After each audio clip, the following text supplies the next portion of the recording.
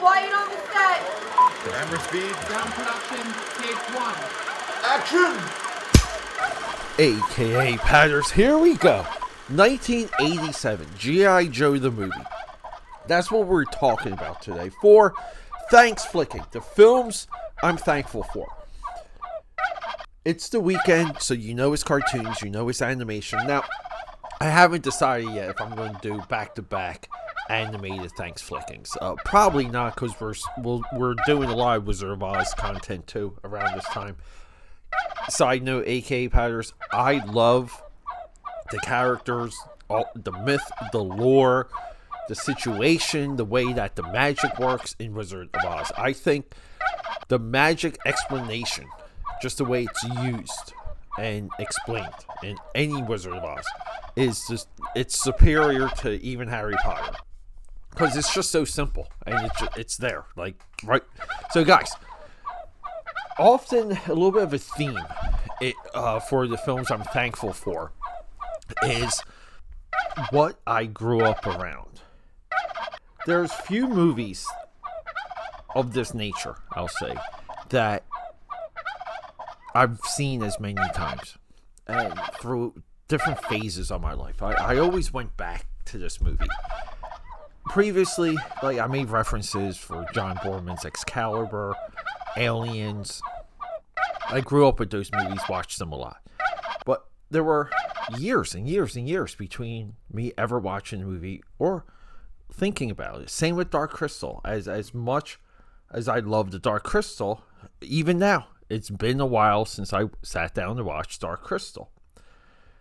Transformers the movie is the counterpart to this. It came out the previous year. And Transformers the movie grew into this legendary status. Well earned, AKAPADers. So much so, anything that's Transformers is compared to that movie within the commentary, blog sphere, social media sphere. It's a tough thing. And its counterpart, which is G.I. Joe the movie. Transformers and G.I. Joe. G.I. Joe, the clear winner of this era in toys. G.I. Joe has a through line that runs almost 10 years after Transformers. When Transformers faded away into nothingness, G.I. Joe kept going. Toy line wise. Now, not so much within the comic and other animated series, but toy line wise, it has this giant arc. It's truly interesting, absolutely unique. G.I. Joe stands by itself on that matter. So this movie comes out.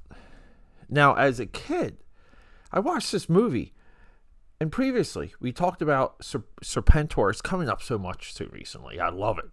Serpentor Arise. It's Arise, Serpentor Arise. It's this position that the storyline and the toy line take to go into a little bit more of a sci-fi fantasy direction. So they get all the DNA of all these dead warlords, and Dr. Mindbender from Cobra smashes them together into a blender, and he pours out Serpentor. So that's our first pivot, and I think it's a very successful pivot. The other pivot is this movie where we introduce a new cast of characters / toys, same as Transformers the movie. I think the way that they're introduced are fine. We love the G.I. Joe characters at this point, but we like the skill sets and the different personalities, and we can connect with them so much quicker than Transformers. It just works. So we get all these new characters. We get characters like Jinx and Falcon. They're all, again, thrown and smashed in here, and it works. But recently watching this movie, I saw how convoluted the first 30 minutes are.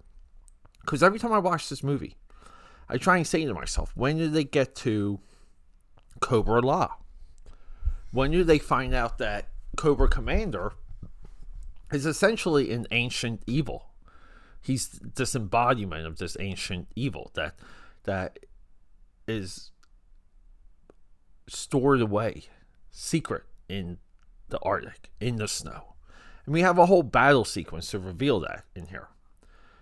The opening, the theme songs, is almost the end of the series. If we look at the opening theme song in G.I. Joe the movie, it's the end of that arc, where Cobra makes one final push and G.I. Joe just obliterates them. So Serpentor's there now. When does Cobra Commander turn on Serpentor? When does he turn? When does Roadblock and Cobra Commander, the blind Roadblock? What? And every time I watch this, until recently, the flow of all of this, I thought things happened in different sequences, and there's just a lot to take in the first couple minutes. But this Cobra Law thing, which I believe Buzz Dixon was just on a podcast, I saw clips of it, where he just trashes the Cobra Law stuff. And I think when people want a low-hanging fruit to approach the concept of G.I. Joe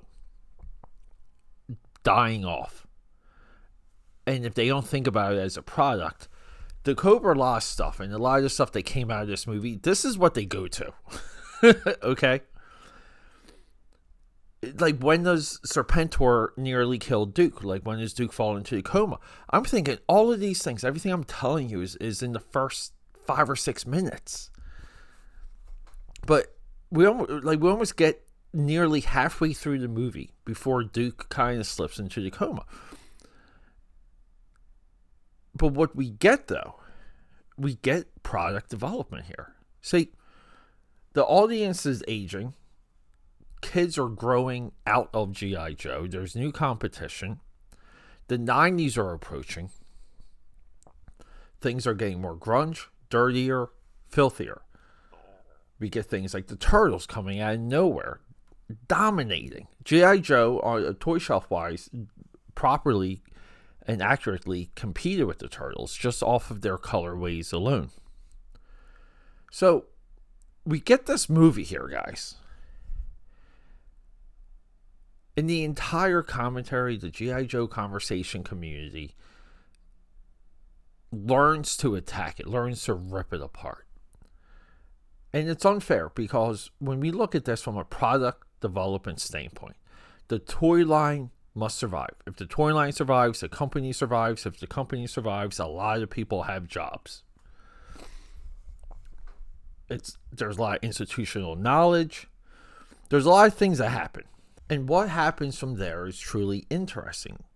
We get this expansive idea of what Cobra is. Cobra now is no longer a bunch of guys with, guns and vehicles and jets. They're this biochemical ancient civilization, this bio world that's hidden away in Antarctica, in the frozen tundra. It could be Antarctica or the other frozen. It's just frozen. Okay, guys? So we have a new class of villain. We have this idea that Serpentor, and we hear it in this movie, his DNA, the cells in his body are connected to these people. Cobra Commander is connected to these people. And we get this elevation of Cobra Commander and Serpentor that are far above Major Blood, the Baroness, even Destro. And then you're watching this movie. I can't tell you how many times I thought about Cobra Commander becoming a good guy. It seems like they set it up. It's just you would be okay with it. But that doesn't happen. We get this version 2.0, 3.0, the metallic armored Cobra Commander. No one liked it. The toy wise, no one likes it.